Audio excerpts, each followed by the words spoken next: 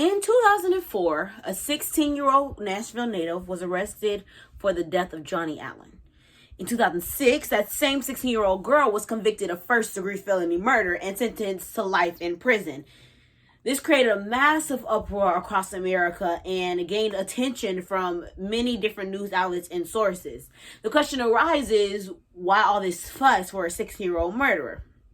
Well, this 16-year-old's name was Centoya Brown, and she was a sex trafficking victim, otherwise known as a sex slave, and she killed Allen in defense after being raped. There are approximately 600 to 800 children in this drug trafficking system, according to Rescue and Restore. The lives of children who are raped and assaulted should be honored. First, I will identify the problem. Then, I will propose a probable solution. First, the problem arises that child victims are sitting in prison for standing up to their attackers. Children that are sex trafficked should not be punished for sticking up for themselves against their abusers because they are the victims. This is problematic because the justice system is not fit for children. It is a system created by adults for adults to set children up to fail.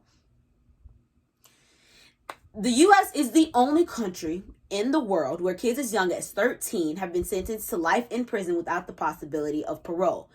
There are also currently 4.5 thousand children being held in adult prisons on any given day across the United States.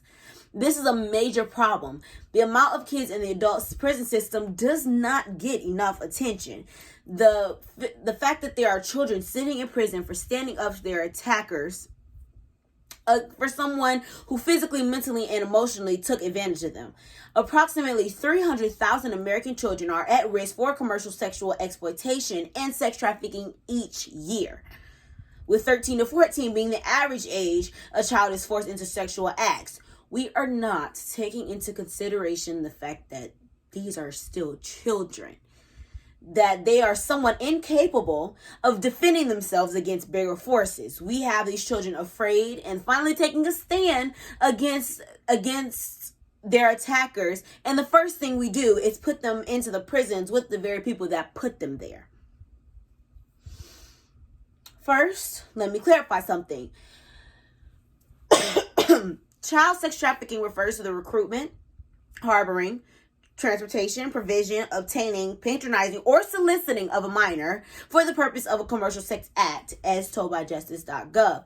It's the process of gathering someone and holding them to get them to do something against their will.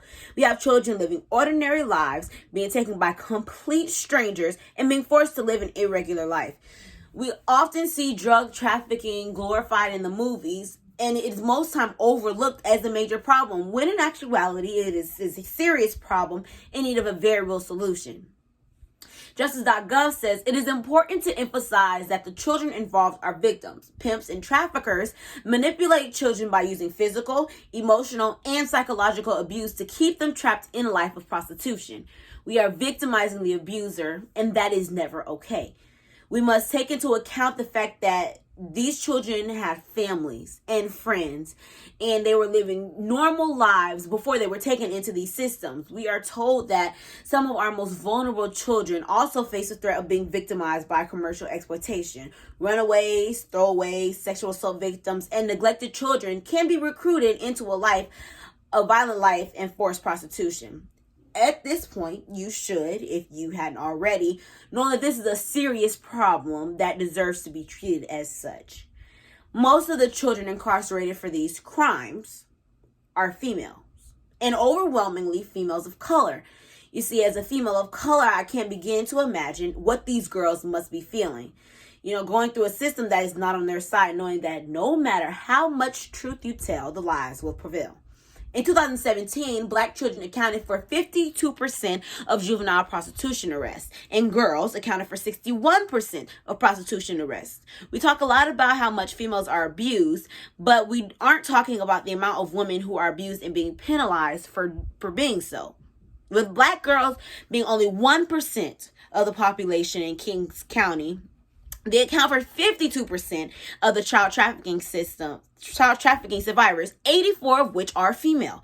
There are less black girls in that population than any other race and or gender, but yet they account for more than half of survivors of drug trafficking.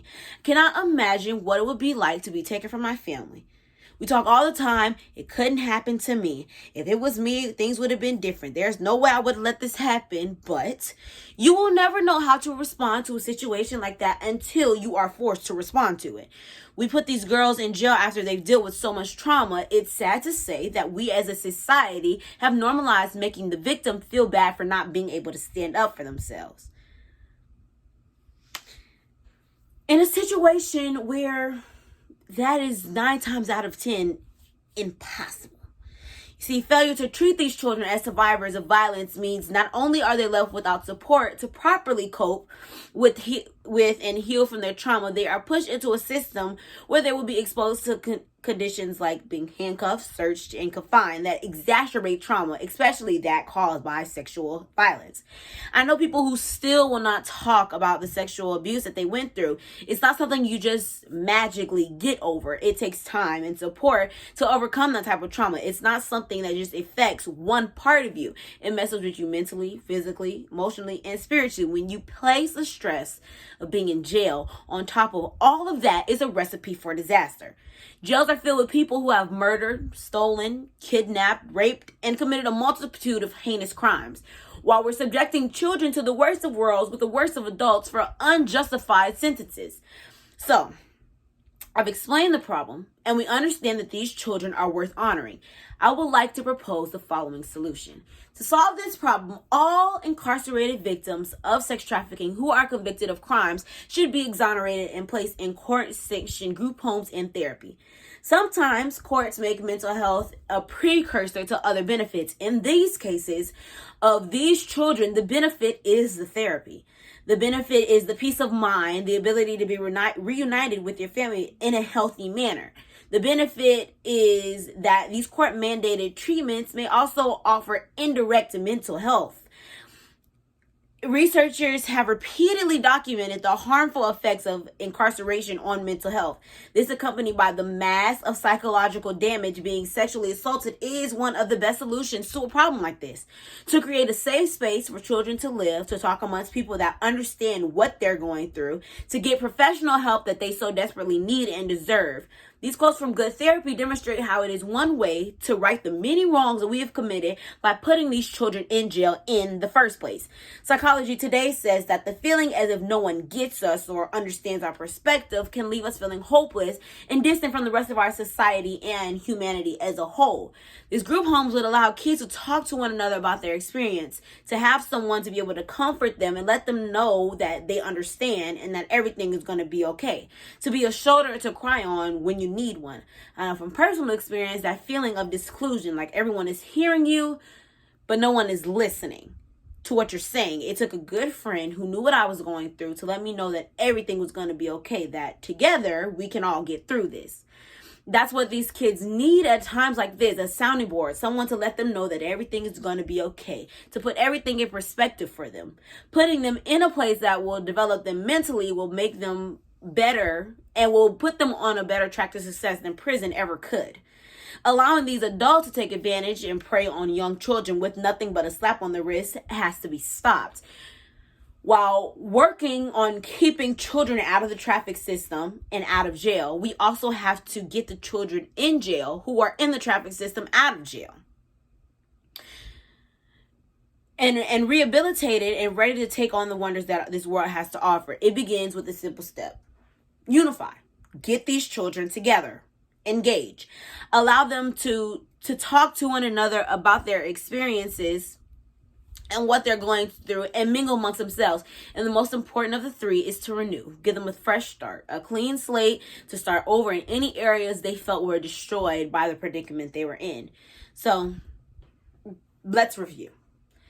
We've acknowledged the fact that children are being sex trafficked. We've also recognized that these children in prison for crimes with adult sentences.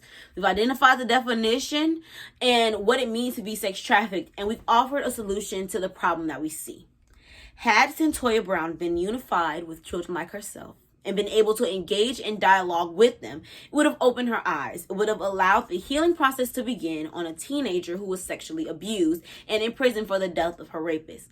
If we were able to renew her spirit and restore her faith in the world, we could have saved a young girl a lot of her youth. So, to the 600 to 800,000 children stuck in the drug trafficking system and sex trafficking system, we acknowledge your struggle today.